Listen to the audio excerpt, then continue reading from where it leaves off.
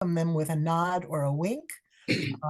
We will remind you that we're recording this event because there are always folks who want to be a part of things, and this is not the most convenient hour. And we say, come visit us on YouTube, our YouTube channel, the Presbytery of Wabash Valley's YouTube channel, by the way, which is not hard to find if you just type in Presbytery of Wabash Valley.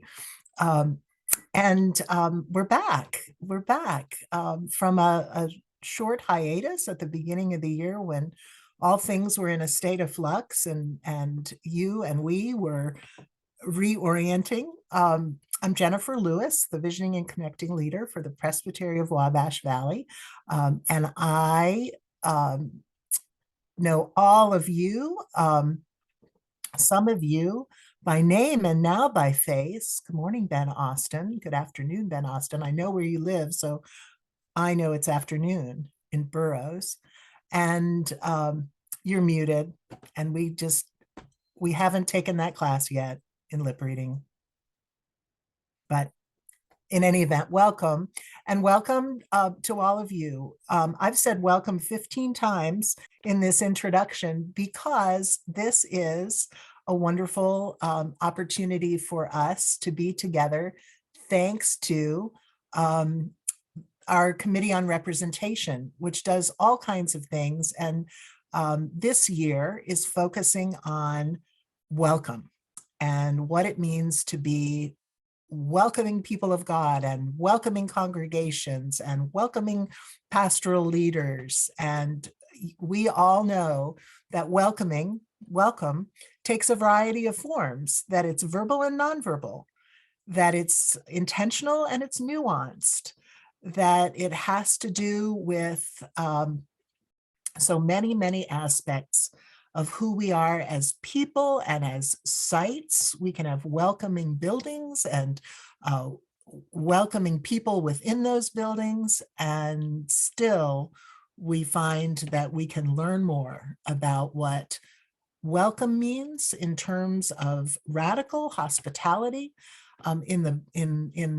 In the wider world, we were talking a lot about diversity, equity, and inclusion, and welcome is the classic word, frankly, for what it means to deeply welcome and include people in our faith communities. So I'm going to turn this over and say welcome with a very joyful heart to our COR moderator, the Reverend Susan Briette, who is, in addition to moderating COR, Committee on Representation, is the organizing pastor of our newest worshiping community in the Presbytery, of which we are sinfully proud.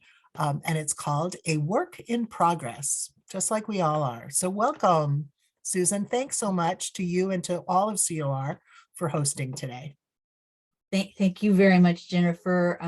Thank you to all of you for joining us and your interest in exploring together what it means as Christ followers and congregations to be more deeply welcoming. As Jennifer mentioned, we are Committee on Representation. The Committee on Representation's mission is to assist the Presbytery and its constituent congregations in their efforts to share in their life, their ministry, their fellowship, membership with all persons without exception. As Presbyterians, we affirm in the Book of Order that the church is committed to inclusiveness and representation and dedicated to the principles of unity and diversity. COR believes that the goal of being deeply welcoming is part of the ongoing work of congregations. As part of our presentation today, we would like to introduce you to relatively new members of congregations within our presbytery.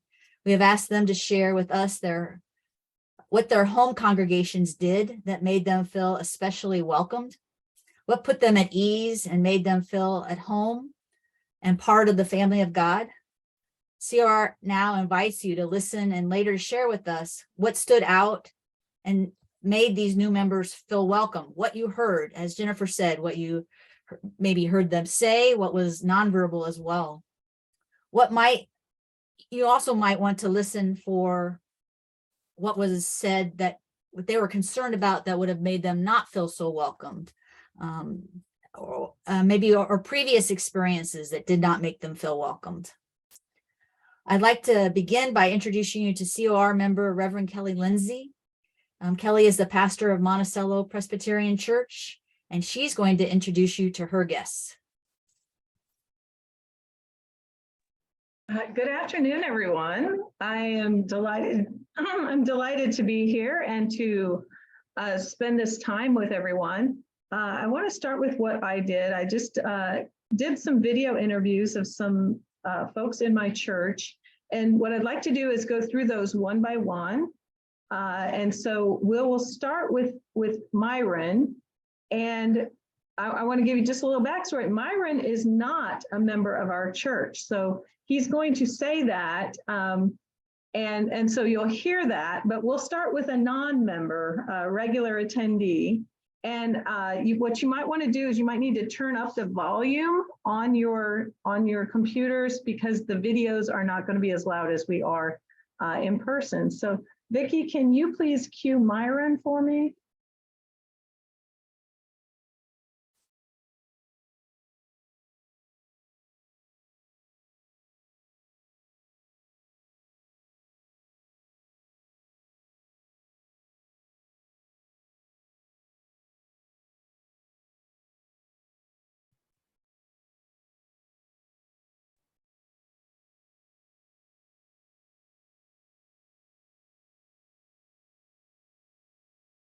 I don't think we have the volume. I don't think we have sound. I concur. Vicki, do you know how to do? Do you have it now? Yes. I'll Yes. go back. Mhm. Yes. Thank you. Sorry. It's okay. I was blessed to be here this morning, and what I wanted to comment about, I worked for a major corporation for 32 years, and we had to seek new churches every place we went, from one state to another, and every church we went to always thought that they were the most friendly church that they've ever been to.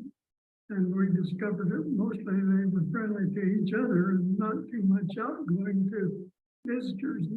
I'd like to say here at the First Presbyterian Church in Monticello, I've been so welcomed here that I think it's the most friendly church I've ever attended in my life. When I come in every morning, most of the people call me by name, and that means a lot to me. And they just accepted me, even though I'm not a member here. And so I've really been blessed to have been here.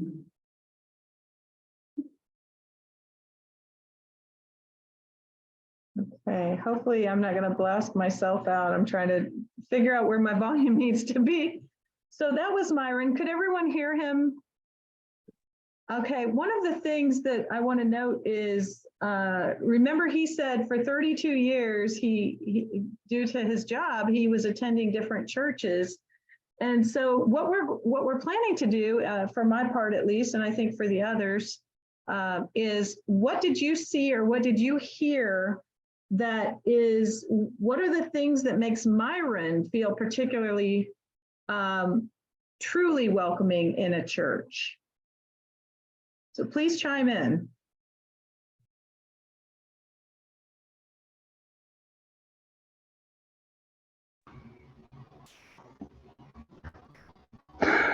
Well, the thing that I caught, which cracked me up, because he said that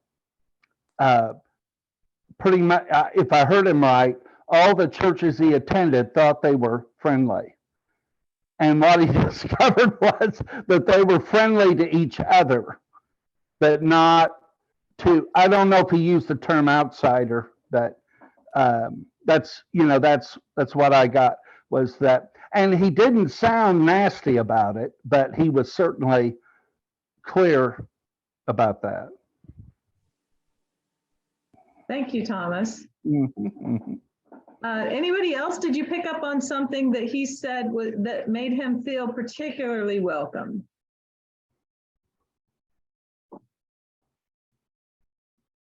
And I'll help you out. He said, they say hello and use my name, Yes. even though I'm not a member. And Yes. I think when he comes into this space and he hears his name, that people have taken the time to learn his name. Yeah. Is important. I learned that in the art of customer service in another life in retail, is if you've got someone's credit card or their check or something in their hand, in your hand, I know we self-swipe now, but back in the day, they want to hear their name. They don't want to thank you, ma'am, when, you know, I'm in this bank every week cashing my check. So using someone's particular name and taking that time. So that was Myron. And next we're going to hear from Kelly? Susie. Yes. There was one other thing that I thought was noteworthy, is he Awesome. said that he felt accepted. Yes. Yes. That's important. Absolutely. Any other comments? Okay. Next, I want to introduce you to Susie and Marvin. Susie and Marvin are in our newest wave of brand new members. Susie came to us about a year and a half ago. She and her friend Judy came, and then Susie stayed and brought Marvin in with her. So go ahead. For quite a while, and we felt like it was home right away. There was no pressure on us to ever join right away. Everyone was friendly, welcoming. The environment was very welcoming. The choir and music was lovely, but we especially enjoyed our words from the pulpit. Pastor Kelly is very wonderful inspiration and teaching. We've been believers for a very, very long time, and it's been a long time before we were able to make the decision to. And so we chose to go with that, because the friendliness, the welcoming, the love that was extended to us.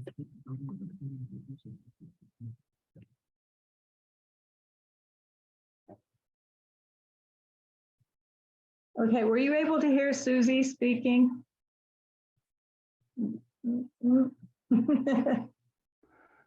Bits and pieces. Bits and pieces. What she had said is they came to the church, and the first thing was they did not feel pressure in becoming members. That's one thing that I particularly want to let people know is I'm not here to hound you about membership. We're just glad you're here. They felt like the atmosphere was good. She says some things about the words from the pulpit, which is very kind of her. And she said afterwards, is it okay if I said your name? But what I heard from them is no pressure to join. They just felt good to come in and worship, and they just felt like the atmosphere was good. The words from the pulpit were good. And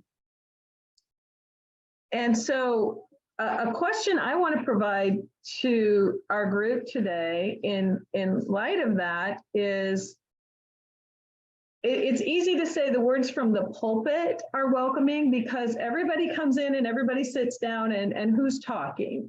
Me and the liturgist and the musicians. It's pretty easy to say the pastor is welcoming to me, the liturgist is welcome to me. How might the congregation, because we've got the mic, right? How might the congregation take that mic in a figurative way to provide that welcome, if not in a literal way, to shake everybody's hands and get to know their name? Does anyone want to chime in on that?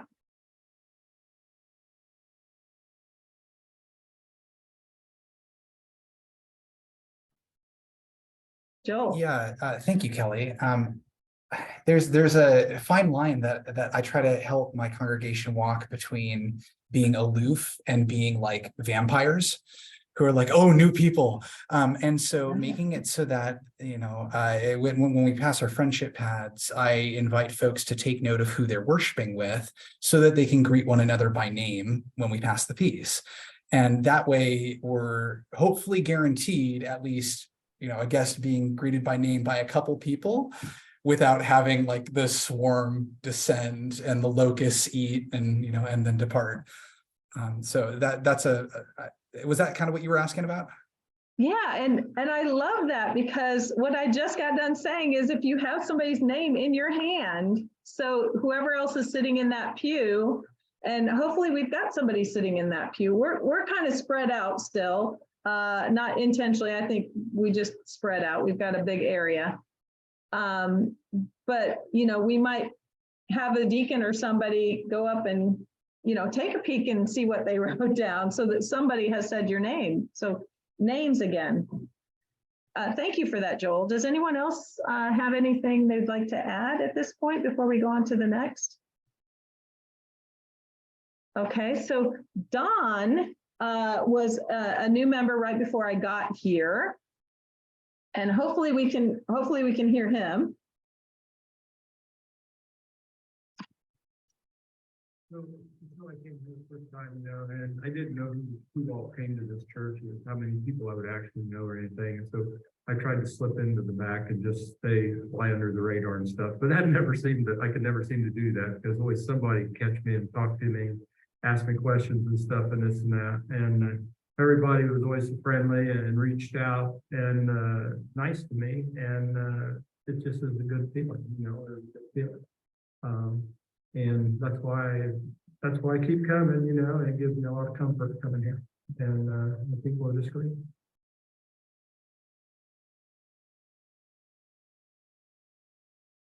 Okay, with Don, did you notice his desired expectation versus what he actually experienced? Does anybody want to speak on that?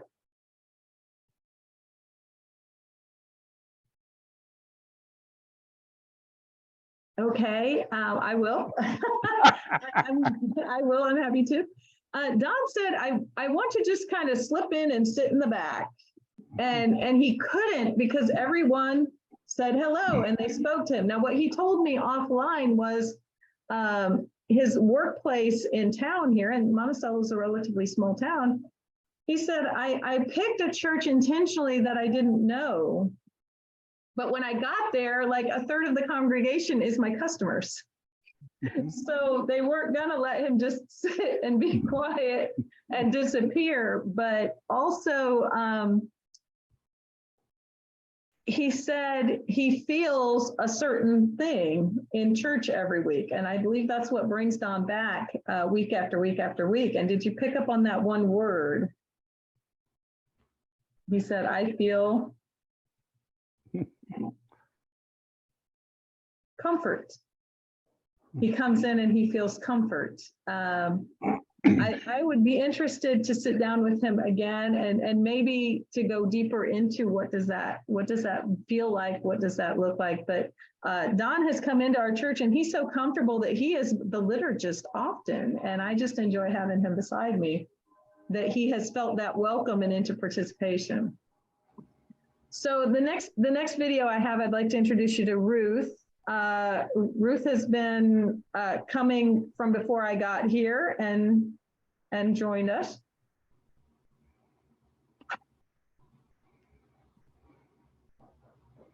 When I first came to the Presbyterian Church, I felt very, very, very welcomed here. I knew members of the congregation, and I was very much included in various activities for our community. And I felt like when I was a new kid on the block and just so included, and I was asked to be participating in that. And that made me feel very welcomed and needed and wanted by this congregation. So I'm very, very happy to be here. And I've been a member now for about 2.5 years. So.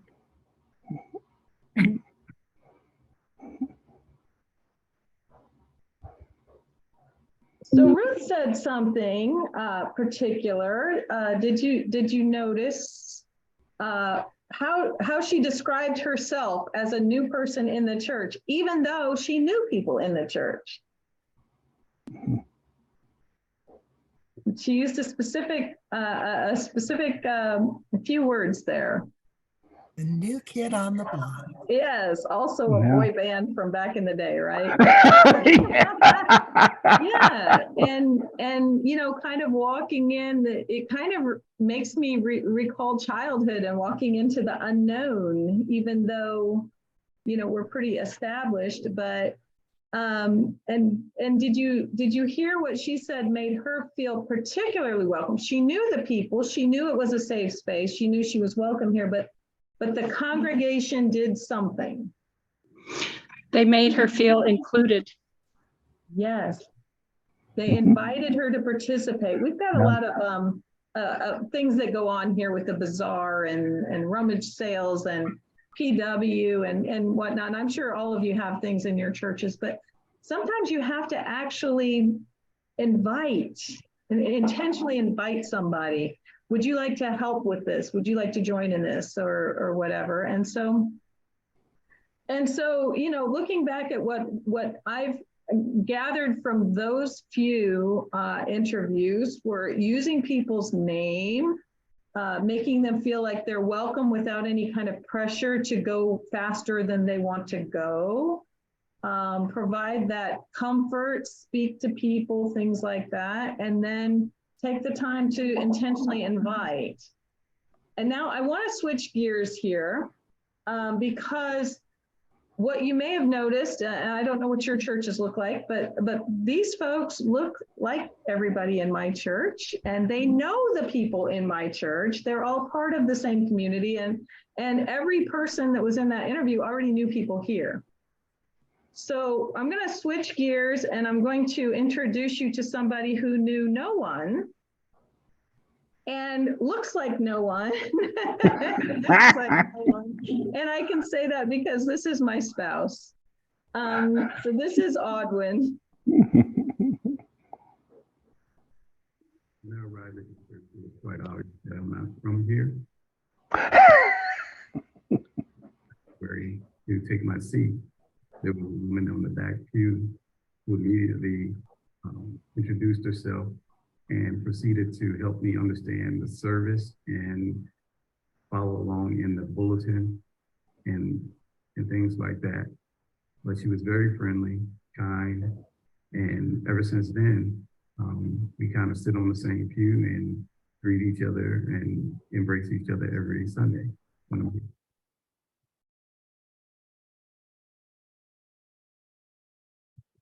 Okay, so this is the funniest story, and I have to share it with you. We've got a dear woman in our church, and she's elderly, and we were here for me to preach to see if the church wanted to extend the call. And Audwin came in, sat in the back like he always does, and this dear saint noticed, of course, I don't know you. And she did everything to make him feel welcome. She showed him the bulletin. She showed him what we're doing and when to stand and where to sit and how to receive communion. And this is what we're doing. And this is why we're doing it. And at the very end, the PNC called up and said, okay, so now we're going to have the meeting. And this is the pastor's husband. And he came forward, and when I got here, she said, I'm so embarrassed. I was telling him what to do and how to do it and making sure he knew what to do. And it's the pastor's husband. And she said, I'm so embarrassed. I'm so embarrassed. And I said to her, don't be, because I can promise you, this is what he saw. Somebody took the time to make sure he knew what to do and that he wasn't lost in what we're doing and why we're doing it. And so it's such a beautiful story. And he still sits in the back pew with her whenever he's here. And like he said, they hug and everything. So I thought that was just a really nice story of somebody who just took that extra time to make sure that somebody wasn't lost and somebody who doesn't follow, has never been in a Presbyterian church, who's maybe a different faith background, might not know what we're doing and why we're standing and what's this Apostles' Creed we're saying and why is the word Catholic in it or whatever that confuses people. So one more video, I went ahead and I asked Audwin a second question. And so let's listen to that one, Vicki. Thank you. So when I move to a church, I have an expectation that not only will you just say hello or reach out and shake my hand, but you take the opportunity to arrange a place or time where you really want to try and get to know me, and we try and get to know each other, that we see what we have that are the similar, same, or different in interest, that we can build a relationship off of.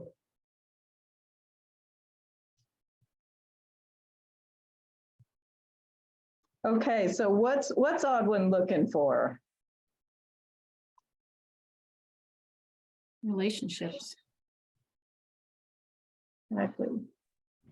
Exactly that, you know, invite them out to lunch or you know, something outside of, you know, it's easy to talk in church. I know I found in my life, you've got your work friends and your church friends and your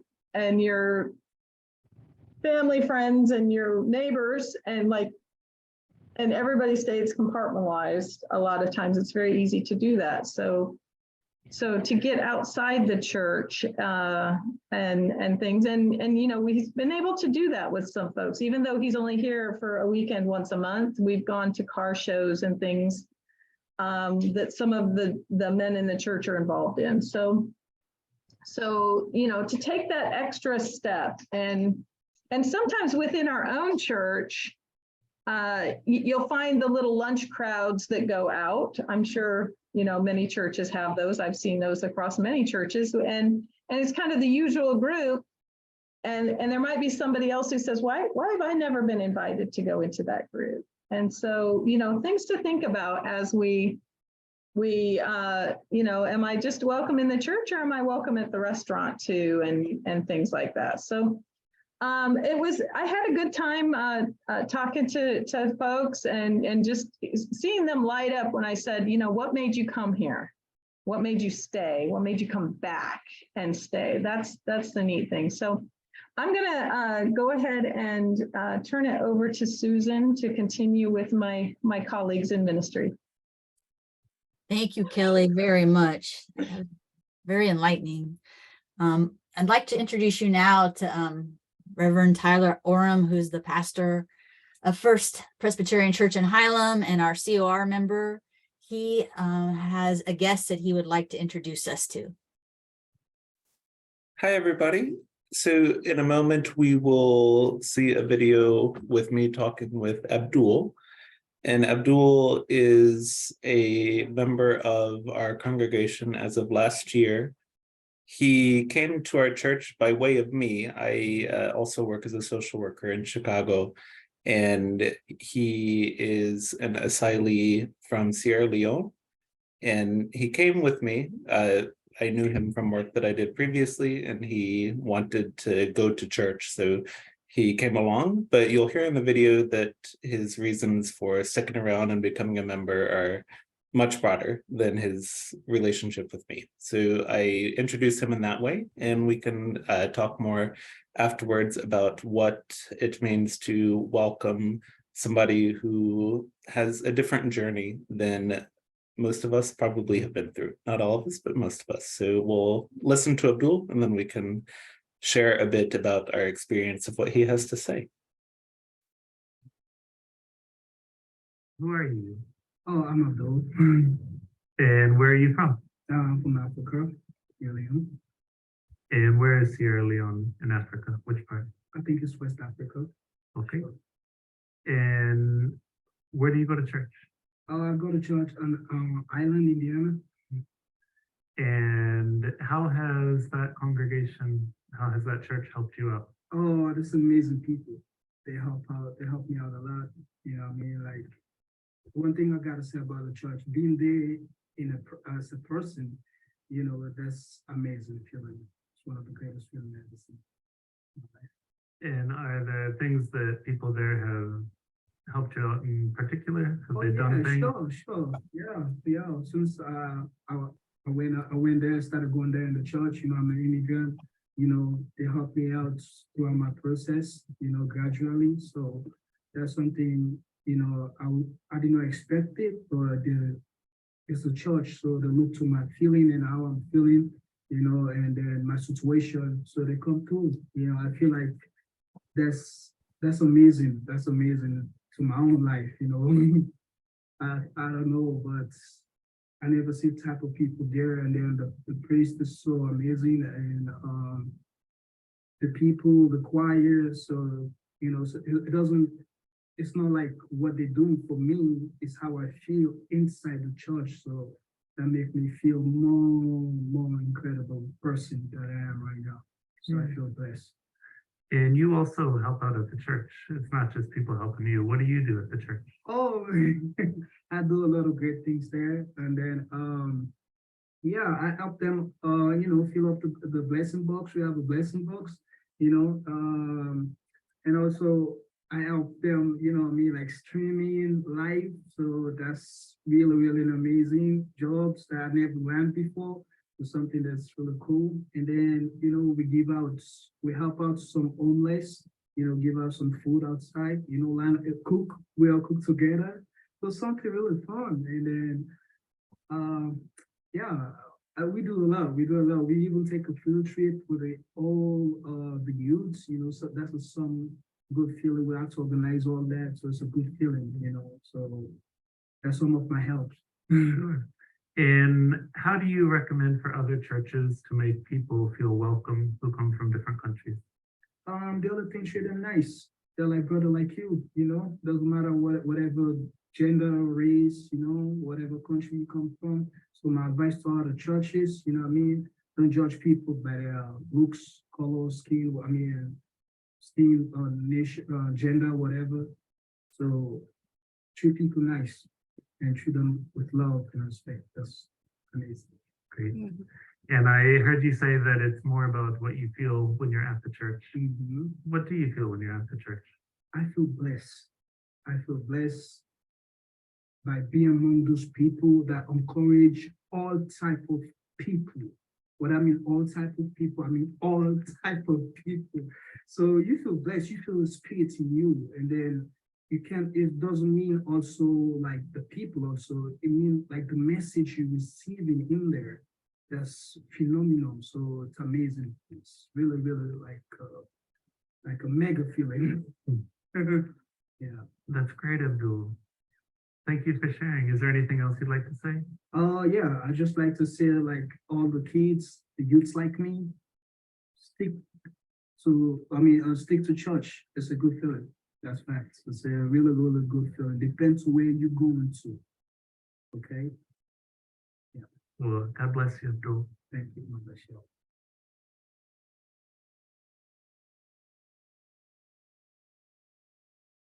And I'll provide a bit of clarifying information. He mentioned his process as part of that, and he was referring to his asylum seeking process. And within our congregation, he has gotten to know folks really well.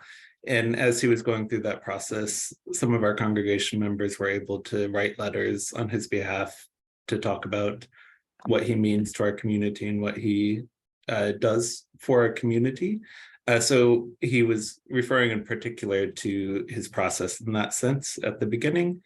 And he was also referencing some conversations he's been able to have and relationships he's been able to form with people who listen to his story and who listen to particularities of his feelings of navigating life in the US and some of the trauma he experienced on journey to the US.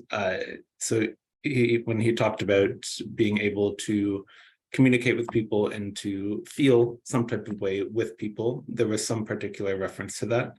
But beyond that, we can talk just in general about his way of feeling welcomed and his recommendations on how we can make people feel welcome who might be joining us from contexts that are not always familiar to us.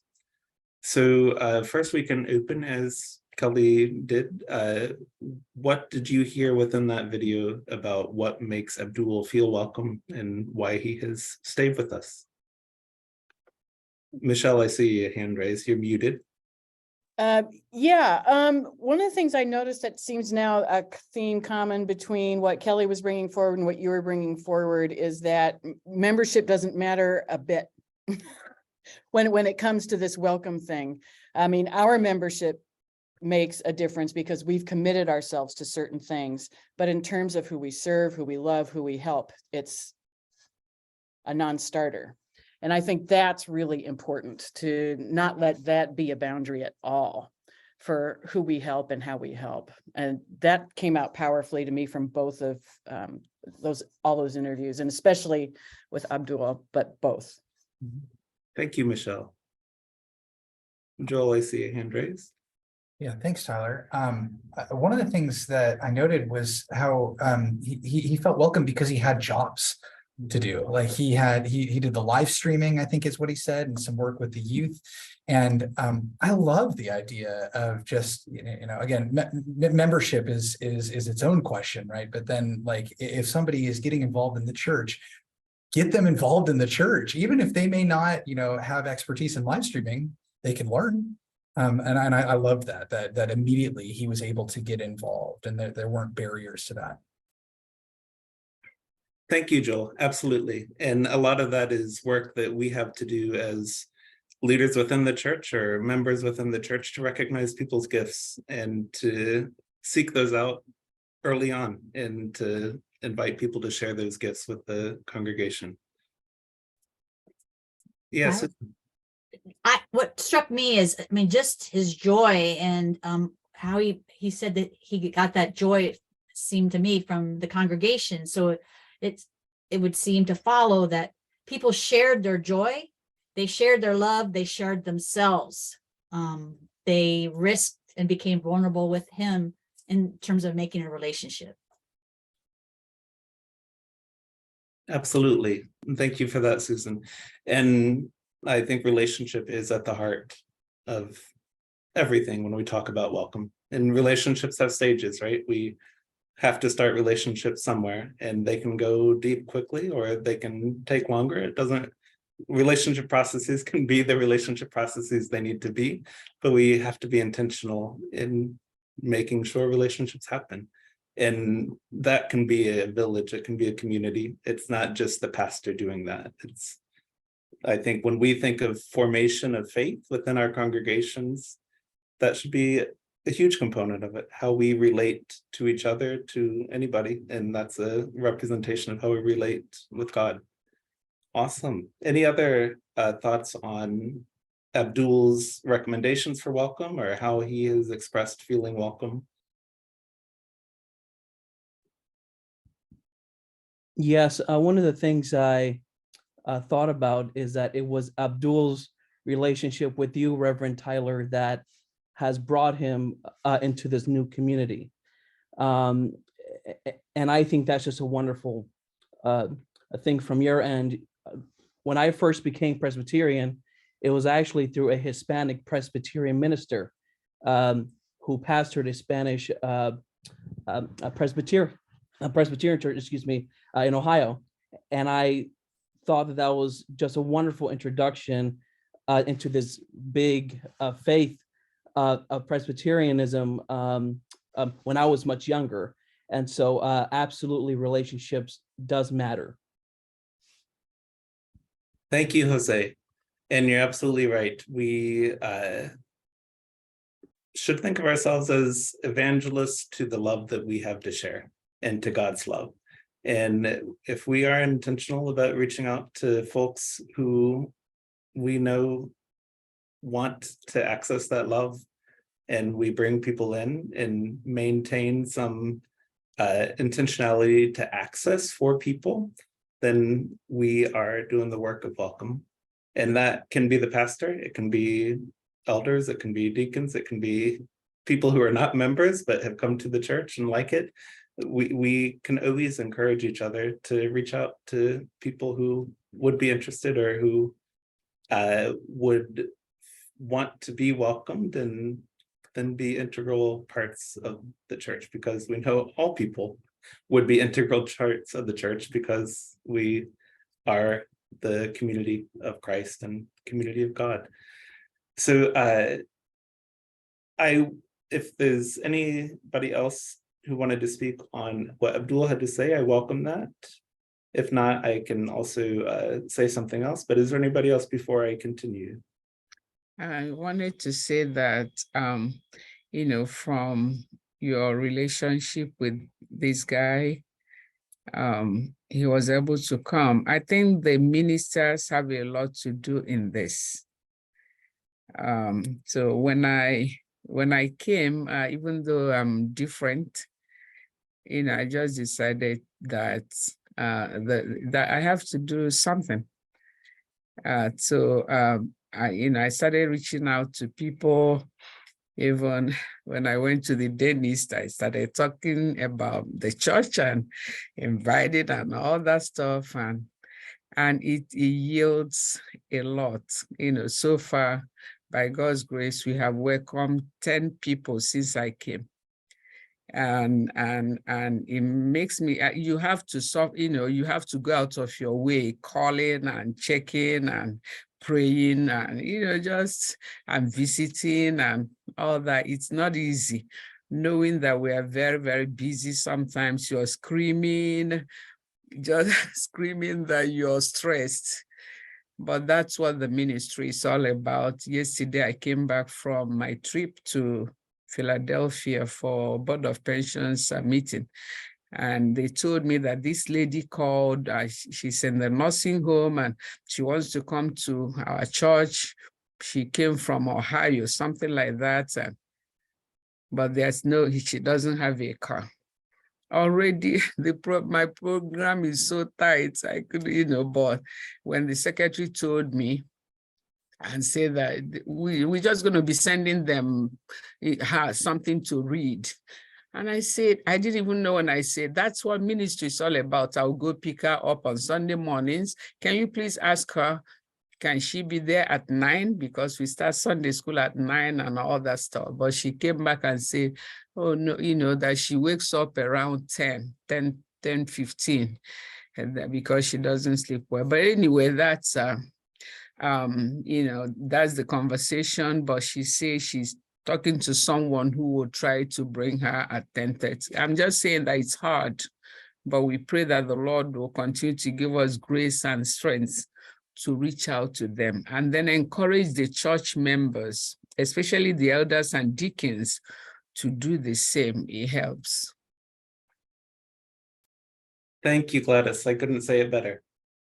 And I hear you lifting up both the relationships we have to form to invite people in, as well as creation of access and attention to access so that people can come in and have the ability to come in and be fully included in participation.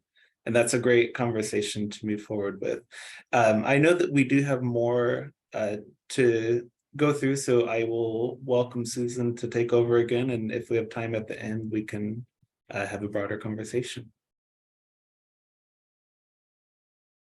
Thank you, Tyler. I'd now like to introduce us to Reverend Thomas Blackford. Before serving at church in our presbytery, Thomas joined Bethlehem Presbyterian Church, where he is an elder. And I would like to ask Thomas what made him feel welcomed about when he came to Bethlehem Presbyterian Church.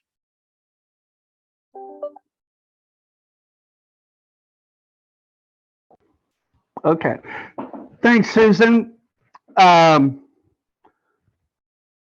Just for the sake of those who may not know me, I'll just go ahead and say hello. My name is Thomas Blackford. I am an ordained ruling elder at Bethlehem in Logansport. I've attended Bethlehem since August of 2019. The welcome I received there and continue to receive really began with having previously known and met Theda McBride, who was the pastor at the time, and then she left in July of 2021. We actually met at a harp concert at the church, and that's actually was my first connection. Was a harp concert that I heard about because a friend of mine from another church I was attending played the harp and said she was going to be at Bethlehem, and so it was one of those wonderful accidents in which I don't believe in, but it was one of those wonderful occurrences where then I met Theda. Then we reconnected in March of 2019 because I moved to Logansport into public housing. And we met at the Episcopal Church where we were going there for a midweek service during Lent. And she said, well, I don't know if you remember me. And I said, oh my goodness, I do. I said, in fact, Theda, I was thinking that one of the first things I wanted to do was connect with you. So this is wonderful. And she invited me to sing because she had sent, or she had heard me sing before. And I would say that what kept me going back, really, what got me there was Theda, but what kept me going back was really the congregation and Theda. And then Theda, I do believe that Theda and I could have remained friends without the congregation. But what I felt from the congregation was loved, wanted, and needed. And just so you say, well, my goodness, Tom, that's what we all want. Well, in my case, I had not felt, and you can ask me about this later, but I had not felt wanted, loved, or needed for about 6 or 7 years before this. And Thomas, so, yes, can I ask you a question? yes. When you go further, will you tell us specifically how they did that? Okay. I think I say this. Let's see here. Okay. Now, when Theda and Malcolm moved in 2021, my involvement deepened, and that is, I became a member of the session, and I was ordained. It was kind of quick because I was brought in as a member, and then in November of 2019, I was ordained a ruling elder, and then consequently, I got involved. In fact, I also got involved with the COR, and in August of 2019, I met with COM. So all of this stuff kind of happened pretty quickly that I became more deeply involved. I think what keeps me there is love, welcome, community, and service to the community. I've really never met a more dedicated group, and we're talking on a good Sunday it's 14, and on a less than good Sunday it's 11. So that's kind of the number. And one of the things that I've noticed is none of us attend to simply survive, but to serve. And what I mean by that is that I've actually attended a couple other of our churches, one that I think still survives, and then another that has since closed. And in those two churches, my sense was people showed up out of history and because they wanted to go there.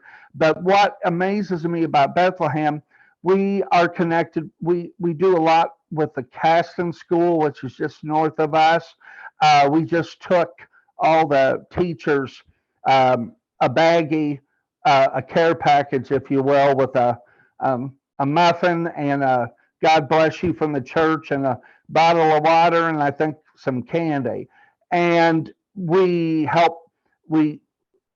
Caston gives us the name of a family every year at Christmas. And so it's really this deep involvement that I've always tried to encourage my congregations, but couldn't always do it. And they're doing it. And so this has drawn me too. Can I also ask you, so it sounded to me that, engagement and the opportunity to serve was a way that they welcomed you. Yes. Are there any things in terms of what you might have been apprehensive about? Yes. Or, things that you didn't want to see as somebody stepping into a new congregation? Yes. I've carried a bit of a burden since 2012. In 2012, I was given two options by the United Methodist Church that I served for 14 years. And I was given two options. One was to surrender my credentials, and the other was to be put on trial for violating the discipline. And so the less odious one, I just decided to surrender my credentials. After that, there were two mainline churches that, unless you really want to know, I thought they were pretty liberal and open-minded, and I was surprised because the regional ministers of one just kind of, I could tell by their actions, they weren't thrilled to see me. And I couldn't decide. Another piece of this is that I have dealt with I've had 3 bouts of major depression, diagnosis and everything. I've been hospitalized twice, 2005, 2013, and 2017. And I still cannot decide if the two churches that I mentioned that didn't want me, it was over my being gay or mentally ill, because I really think both of those are skittish issues. And what surprised me was, silly me, I thought liberal progressive churches had kind of gotten past this, but I was mistaken, with the exception of one, of which I'm now part. So I don't know if that answers. So I was worried that I would not be accepted. I didn't worry about that with Theda, but I worried about that because she warned me that I probably wanted to keep the gay part to myself. But over time, when she left, I thought, I'm not going to not say anything, but I ran the risk. I thought, well, if they're not, I can always sleep, but I hope not. And they completely surprised me. They talk about me. They call me their Tommy, and they tell me they love me and they don't want to lose me. So Can I stop you there in the interest of time?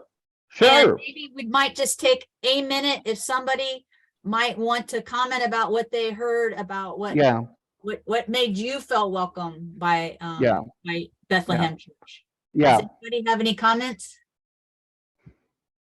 Or what they heard?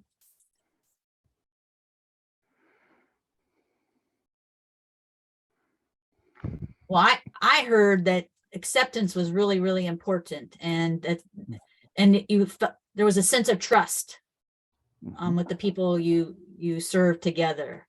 Yes.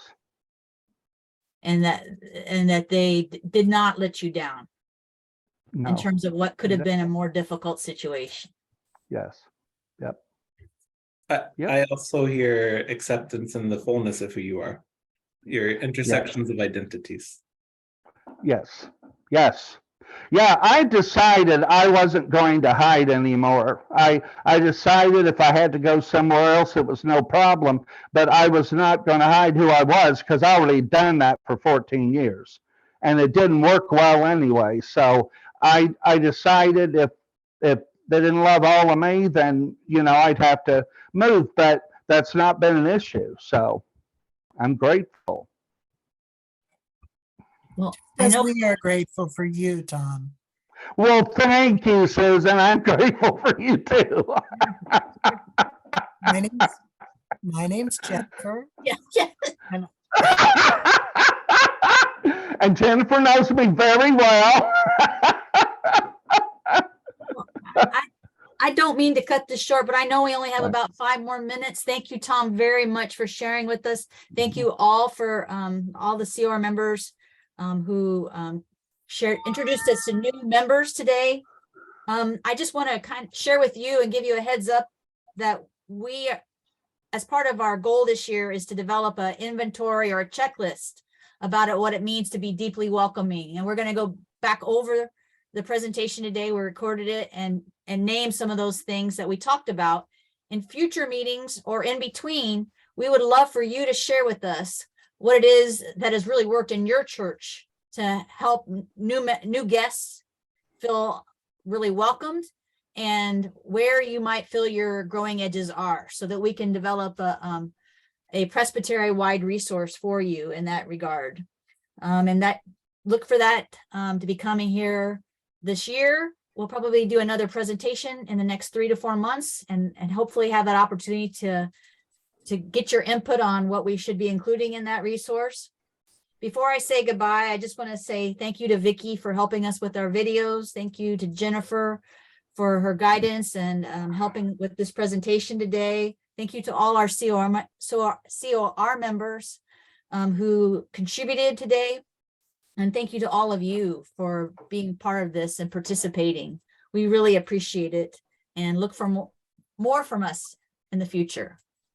And thank you to you, Susan, for being so willing to put these good, welcoming, inspiring and encouraging presentations together for our presbytery and for the universe. Find us on YouTube because this meeting has been recorded. Let me remind you, everyone, that Lunch, Listen and Learn is back next week with 2 guests from the West Coast. They're going to get up early in the morning and join us for a conversation about mediating conflict, whether that's interpersonal or between congregations and sessions and pastors and all those kinds of things. Brian Scheimer and Andrew Arthur from Genesis Mediation will be with us to talk about how we understand one another as we seek to get along, which seems like a pretty timely topic in a world that is terrifically conflicted on social media and in so many other places as well. So we hope you'll join us. Here's your second announcement on that one, and it's the same time and the same place. And if Odwin were here, we'd say the same bat channel. We're glad you're here. Can we close with prayer? Would that be okay? Let's pray. Let's pray. Gracious God, you bless us as we are a mess of contradictions in our deep hopes and in our foibles and frailties. You bless us in our fragility and our finitude to be your representatives in this beautiful, broken, and yet hopeful world of yours. Guide us in all that we say and do to be agents of welcome, of inclusion, of mercy, of grace, and of love. For we ask all of this in the strong name of the one who calls us siblings, even Jesus Christ our Lord. And all God's people said, wherever they were, muted or unmuted, amen.